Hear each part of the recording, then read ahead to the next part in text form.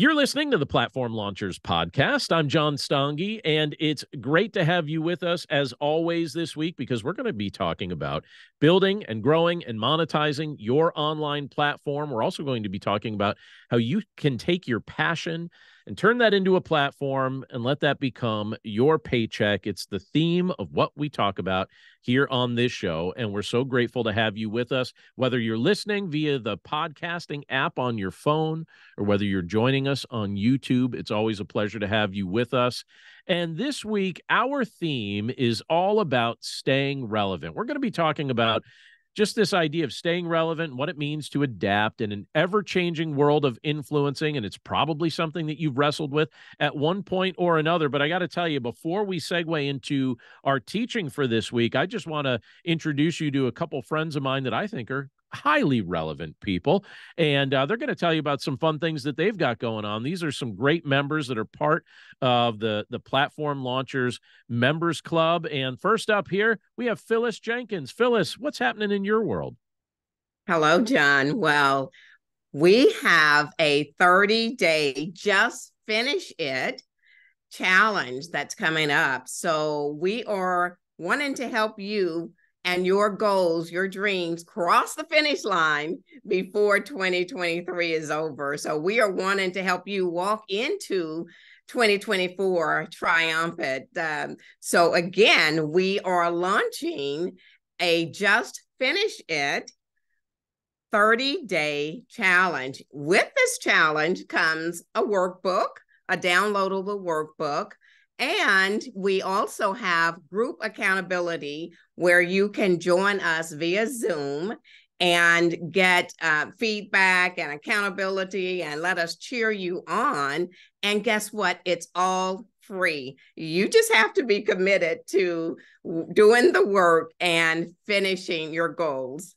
I love it. Phyllis, where can people go if they would like to find out more about this 30-day challenge that you and your platform are running?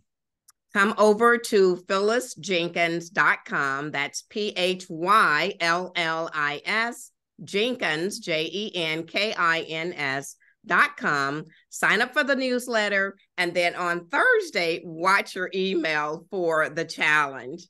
I love it. Thank you so much, Phyllis. Thanks for sharing that with our podcast and YouTube audience. And we also want to hear from Ryan Johnson, who's down in Conway, Arkansas. What's happening, Ryan? What's going on in your world? Oh, a lot, John. Thanks so much for allowing us to showcase what we have tonight. So I mentioned a couple of weeks ago that I've just launched my coaching side of my business at Three Sparrows Executive Services. And but now I have a free masterclass. So I'm pretty much giving away the playbook of this new course that I just created. It's a 12-week course that people can take, or they can join my boot camp and then also continue on with a membership community after that as well. But just to give people a taste, I'm going to give those steps away next Monday on the 16th, October the 16th. You can join my free masterclass, and all you have to do is go to threesparrowses.com/coaching and join the masterclass. And you can do some other things there as well, just kind of see what this is all about. But my passion is just to help young leaders, help leaders in general with small businesses to make a deep impact by coaching them personally and professionally to reach their goals. Love it.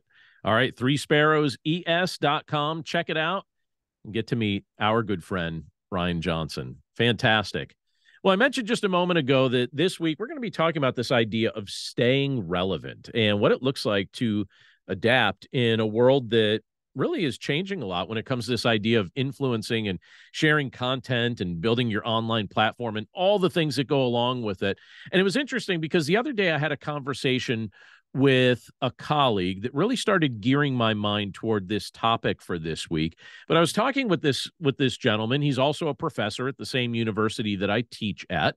And in addition to his teaching, he teaches a few courses there at the university, but he's also a nonprofit organizational leader who works with all kinds of people, young and old. And he's been serving in both of these capacities. So as a professor and as an organizational leader, he's been serving in both of those roles for decades. He's been doing this for a good long time, has lots of experience. But as you can imagine, over the course of time, during those decades, the tools that he's been able to utilize during that time have changed and they've adapted. And the ways that he communicates based on the tools that he's using has also changed. And because so the university calls me their program ambassador of their digital media program. And so that's my reputation around the university. That's, I guess that's what people know me as, the guy that's the digital media guy. And since that's my role, he started asking me some questions about some of the tools I'm using and some of the trends that I recommend he start paying attention to. And as he was asking me about these things, he was also a little apologetic, I noticed, when he described some of the things that he was presently using to communicate either to the members of the organization that he leads or, some of his students, because he actually wondered if I might think that some of what he was using was either outdated or irrelevant. And so he said, I apologize. This is what I'm using. I know it's probably outdated, but this is what I'm familiar with. This is what I've been using for a while, probably what I'll continue using unless you can convince me otherwise.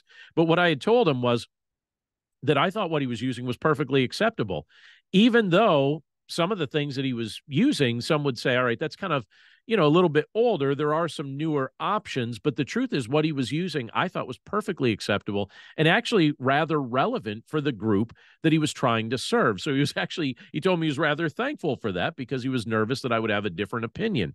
But that conversation reminded me of something important that I want to take some time to address because it's something that I'm sure you've thought about yourself. It reminded me of a temptation that I think many online influencers wrestle with. And I think the temptation is this: whenever a new concept hits the market, we're compelled to chase after it. The newest apps, they go from being novelties to necessities in our minds. You've probably had that happen to you where something is the new thing everybody's talking about, and then all of a sudden it becomes the new thing that you feel compelled to have to learn, and it becomes a necessity instead of a novelty. We see current social media trends, and then we feel tempted to jump on the bandwagon. And so we jump on that bandwagon because we don't want to be left behind. But then we also wonder, is this actually productive? And frequently we don't really know the answer to that question. And we fear becoming older. We fear that we might become irrelevant. We fear we might become relics of the past if we don't make those jumps. And so there's this tension that we experience where we want to deliver content, but we want to be relevant while we're delivering that content. And I think this probably shows up in a variety of ways, not only in our online platforms, but I think that temptation to really go out of our way to seem relevant, I think it comes up in other areas of life as well. And I'll point something out to you because last night I actually took my family out to dinner to celebrate my son's girlfriend's birthday. And so we were all there. The kids were there with the people that they're dating. And my wife and I were there, and we all went out to eat, and we were having a nice time. And while we were there, I did what I typically do, and I don't think anyone's sick of it. They certainly play along if they are sick of it, but I kept pointing out the songs and the artists that were being played in the background at the restaurant. I'm a big music fan. I love music trivia. Random things tend to stay in my mind. And so I was pointing out, I know what that's REM they're playing right now. Or at one point I think, who else were they playing? They were playing Tom Petty, I think, at one point, and some others. But these were different artists that were being played in the background. INXS was one of the groups that they were playing, not Tom Petty. It was INXS, regardless. But my kids find that a little bit amusing as I do that. And the people that they're dating tend to find that a little bit amusing as well. But then they made fun of me when a current song came on, because all the stuff that I was pointing out, most of it was a little bit older. Some of it was current, but then there was this one particular current song that came on, and apparently it's a popular song, but I had never heard of it. I wasn't familiar with it. I can't even tell you what it was right now. I don't remember who they said it was. And they were laughing at me because they're like, you're only getting the old songs. You're not getting the new songs. And so in a small way, that experience, I think it kind of reiterated this fear that many of us as online entrepreneurs experience. We fear becoming outdated. We fear becoming stuck in a different era of time. Now, if that's something that concerns you, I have some good news. And the good news I'm about to share with you comes in two forms.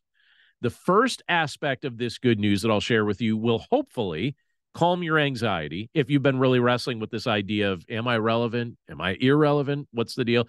So the first piece of this news, I hope, will calm your anxiety in that respect. But then the second aspect will hopefully give you some good ideas that you can incorporate into your approach to business. So here's part one. Let's start with part one. So I'll say this right at the outset. You are probably not as irrelevant as you fear you might be. If you're fearful that you're irrelevant, I just want to encourage you, you're probably not as irrelevant as you think you might be, because trends and technology, that all tends to change rather quickly. But the tools that the audiences, or that our audiences, let's be specific, the tools that our audience learn to rely on, those things don't tend to outpace the curiosities of most of us who are online entrepreneurs. And what I'm saying is that you're probably more up on tech and trends than the audience you're trying to serve happens to be, even if you don't feel like you're on the cutting edge. And the other thing I'll say about that is this. Some of the tried and true methods of reaching and serving your audience are still the approaches that work best. Think about that. These things are tried and true for a reason. There's a reason some of these methods have stuck around for a long time, and the reason is they work. People find them helpful. People find them valuable. Things like email. You know, a few years ago, I heard somebody reference the fact that they thought email was dead. Email tends to be one of the most effective ways to market just about anything. Email is still relevant. Sometimes it's more effective than social media, because social media throttles your content going out there, but your emails get delivered, especially if you have a good email delivery system, right? Email is still relevant. A clean and clear website, still highly valuable. Webinars. Some people I hear lately saying, oh, I'm not even sure webinars still work. I'll tell you for a fact, webinars do work. Webinars still work. Blogging remains highly effective. We were just talking about that with our members club that are live here on the call. We were talking about some of us that are blogging. Our challenge this month is to blog more. Blogging remains highly effective. What about podcasting? Well, a few years ago, nobody even knew what podcasts were. Lately, I've been seeing a Geico commercial where they keep talking about podcasting. And what I've discovered is podcasting is starting to become recognized by a lot of people. And even though we as online entrepreneurs might think it's something that's been around for a while, I actually think podcasting is just now starting to bloom. People are just now starting to discover what podcasting is and how it works. And even with all the new social media platforms that have become available, you know what the number one social media platform remains and continues to be as far as making deep connections with people? Facebook. It remains the platform that has retained the lion's share of regular usage. Even though there's plenty other platforms that are popular and have been gaining traction, Facebook still has the lion's share of regular usage. And I'm guessing you're highly adept at using most, if not all, of the tools that I just mentioned there. So that's part one I want to share. But now here's part two. And part two is something that I'll share with you that I think is just a very simple approach to keeping up with what's trending.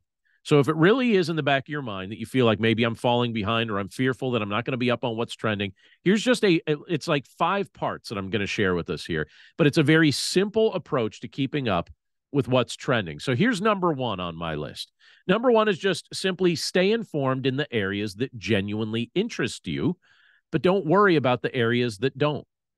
So there are interesting blogs, there are interesting forums, there are interesting YouTube channels that you can follow that will actually curate news for you. They will select what is relevant in your particular field or your particular area, and they'll do all the searching for you. They'll curate it and just make it something that you could just consume one piece of content, and then you're going to be up to date on all the different things that are current in your particular field. You don't have to search for it. You don't have to try and figure out what's relevant. There are people that'll just bring it to you, and you can just stay informed in the areas that are genuinely interesting to you. And then just put the areas that don't really interest you aside, because if they don't interest you, you're not going to really invest a lot of your time in them anyway. So don't even worry about that, right? Let some of these curators, whether it be YouTube channels or forums or blogs, let them curate that new content for you and then send it your way by signing up or subscribing for what they're putting together, and they'll just serve it to you on a platter. Number two, if you're looking to stay relevant and up on some of the newer trends and tools, give yourself some permission to adapt when platform changes and updates take place. Now, this seems to be a major area of frustration for many people, but it doesn't need to be. And I'm going to explain why I'm saying that. And I'll give you an example. For example, one of the main tools that I use, one of the main pieces of software that I use to build many different aspects of my online business is Kajabi. And when I started using their tools several years ago, I made sure to sign up for their email list. And here's what they're doing so that I'm always relevant or updated on what they're doing. They always provide, they provide information, but even before they do that, I have to say just about the culture of the company, they're always improving and they're refining their software.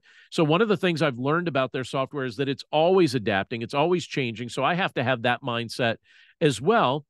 But then they tell you in their newsletter what changes they're making and why they're making those changes or what additions they're making to the software. So I just sign up for their email list and I just read it when they send something out. They usually send 1 or 2 things out per week. And as they improve or refine the software or add new features to it, I just read about it and see what they've got going on. And when they release a feature that either interests me or seems to benefit the people that I'm trying to serve, I learn a little bit more about it and then I incorporate it. But then sometimes they release features that don't appeal to me at all and don't really seem relevant to the people that I'm trying to serve. And so when they do that, I just ignore those things until such a time as someone either requests one of those features or it seems to make my life a little bit easier. Then I research it a little bit further. All right, number 3 on my list is this. If you can clearly articulate the niche that you're presently serving, you can filter out the irrelevant chatter. So if you know the niche, if you know the people, the audience, the content, the details, if you understand and can clearly articulate the niche that you're trying to serve, you can filter out a whole bunch of irrelevant chatter. You don't have to be good at everything. You just have to be good at one thing when you're building an online business. Know your content and deliver your content to your audience the way they best receive it. So some of the tools and trends that people are talking about today won't be very relevant to the audience that you're trying to serve. And since those things aren't that relevant to your audience, filter those things out. Don't stress about it. Much of it won't be sticking around anyway. You've probably noticed that with some of the trends in social media or some of the tools that people talk about. Some of these things are here for a little bit and then they disappear just as quickly as they come. Trends come and go. Only what's legitimately useful tends to stick around. So if you can clearly articulate the niche you're serving, you can filter out the irrelevant chatter. You don't have to be good at everything. Just pick the niche that you want to excel at and filter the rest out. Number 4 and number 5 are related, but I'm going to share them separately. Number 4 on my list is this. If you want to stay up to date on what's going on, engage with your audience. So if you're a message-based online entrepreneur like I am, if you're creating content for consumption, if you're sharing details like that with different people, there's an audience that you're serving. And hopefully you've found ways to connect with your audience. This is one of the most effective ways to stay updated and in the loop. If you actually engage with the people that you're communicating to, if you actually engage and listen to them, read their emails, look at their social media posts, figure out different ways to get in touch with them, jump on Zoom calls with them, whatever it may be, because when you engage your audience, when you engage with them, you'll hear about the tools that they're using. You'll hear about the success that they're experiencing. In many respects, they will test out some of the ideas that you might eventually choose to use.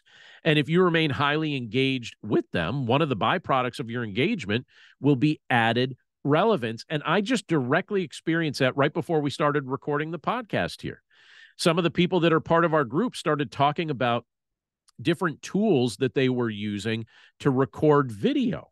And so I learned about an app that I wasn't familiar with called Camo. So I'm going to have to check it out. We're going to give a little plug for Camo here, but check it out because we're noticing that it produces good video content. Well, how did I hear about that? I feel like I'm updated. I feel like now all of a sudden I'm relevant when it comes to understanding tools for video production. Well, that's because I've engaged with the people that I'm trying to work with. I engage with and have conversation with the people that I'm trying to serve. And what ends up happening is we just refine one another and make one another's lives a little bit better in the midst of that engagement. One other thing that, like I said, it's highly relative or related to that, and this is number 5 on my list, and that's this: collaborate and network with the people who do what you do. If you want to stay relevant, you want to stay updated on all different things, collaborate and network with people who do what you do. So as a relational person, this is one of my absolute favorite things to do. I love attending in-person conferences. I love attending online events. But when someone you admire is offering additional training, jump on board, read their books, engage with them via social media, invite them to speak to your audience, accept invitations to speak to their audiences as well. The more collaborative you are and the more you choose to network with other leaders, the fresher you will remain in your field. And that other people that do what you do will also have ideas that they could share with you and tools that they can share with you and things that they've tried that have worked well for them that you can benefit from. And likewise, you can share what you've been using that's of benefit with them. Collaboration and networking helps keep us fresh. So here's the thing. Even if you start to feel like a dinosaur, you really aren't. And I'll tell you something that might surprise you. I think this would surprise a lot of people, actually, especially in this social media age that we live in. But this is the absolute truth. The people that I know who are experiencing the most success online usually have a little gray hair. It's true. It isn't being trendy that most often leads to online success. It's being faithful, helpful, and capable to solve real problems while connecting with real people over the course of time. It's not being trendy. It's not being, the person that just kind of jumps on whatever's popular for 5 minutes and then disappears. People want to hear from people that have life experience, people that have been down the road. And it kind of, when this dawned on me somewhere along the way, I've noticed that the people that I know who seem to be experiencing the most success online, they usually have a few gray hairs. Now, they might try and hide those gray hairs, and that's certainly allowable, but they've got them, right? And here's the thing. If you spend your life chasing trends, and if I spend my life chasing trends, we're gonna waste a lot of our time. But you and I can remain relevant without being trend chasers. We can use what's proven to work. We could stay open to new ideas that also show promise, but also stay focused on what our specific niche audience actually needs from us. So those are my suggestions. If you're looking to stay relevant and adaptable in an ever-changing world of influence, understand that you're probably several years ahead of the people that you're trying to serve. You don't have to fear losing relevance. It doesn't come and go that quickly. You can stay informed. You can filter things out. You can engage with your audience. You can collaborate and network, and you can end up staying more relevant than sometimes we might assume that we are. Really quickly, before we finish up here, I was talking with one of our Members Club members, and she mentioned that she's been utilizing the teaching of our $250 a day course. You could find that in the Platform Launchers University. So if you're listening to us on the podcast or watching us via YouTube, that's a resource that I'd encourage you to check out. I think it's a great complement to our launch plan course. I think it's a powerful tool that you'll find very beneficial if you're eager to turn your passion into a platform that earns you a paycheck. I will tell you at the outset, it's not something that, changes your life overnight, but I will tell you that it is the exact process that I used, and it's outlined in a course, but it's the process I used to build my online income to $250 a day and beyond. And not long ago, I released that in course form, and I just thought I'd give you a little highlight about that here while we're on the podcast together. So if you want to check it out, you can find it at platformlaunchers.com/university. You'll see it right there on that page. But that's it for us this week. Thanks so much for listening to us via the podcast or on YouTube or wherever you're checking out this content. We're always grateful to be able to share it with you. Thanks again for being part of what we're doing this week. And we look forward to catching up with you again right here next time. Take care.